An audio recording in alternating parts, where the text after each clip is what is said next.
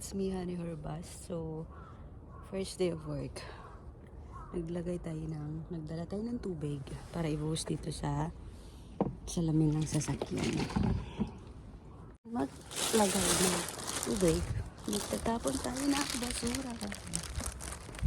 Monday kasi ngayon, so collection ng basura. Basura ng mga kung ano-ano.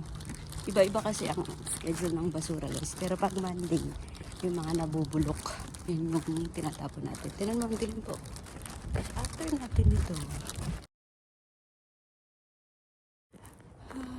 pero magsi 6:40, 50 na.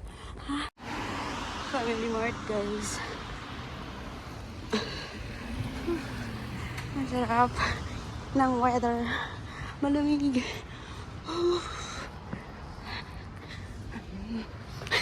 Ang dilim pa din.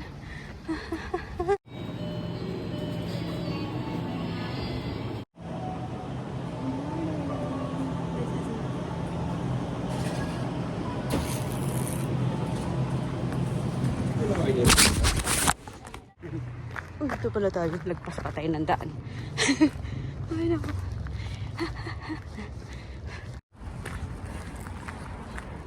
So guys, good morning. This is my vlog. Honey Horbas. Thanks for watching. Galing talaga pag umaga. Pag hindi nakikita masyado yung face. May sasabihin lang ako, guys. Nagpaalam pa yun. So habang kagabi, habang nanonood ako ng naalala ko yung message, nanonood ako ng Tony Talks. Halos same kasi ng message ni Pastor tsaka yung sinabi ni Papa P doon sa Tony Talks na kahit na anong hadlang na gagawin mo sa plano ng Diyos sa'yo, mangyayari pa rin yung plano ng Diyos para sa'yo. Nangyayari, natatagalan lang kasi sa katigasan ng ulo natin, diba?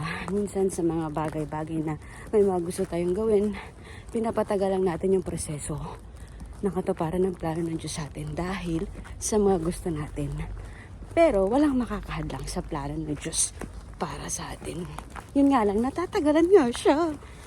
Diba? So, pag alam mo namang hindi talaga yun yung plano at kalooban ng Diyos sa'yo, bitawan mo na para mangyari ang kalooban ng Diyos sa'yo.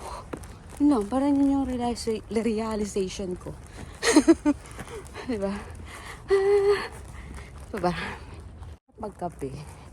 May kape na masarap, may kape na hindi masarap. Pero masarap magkape.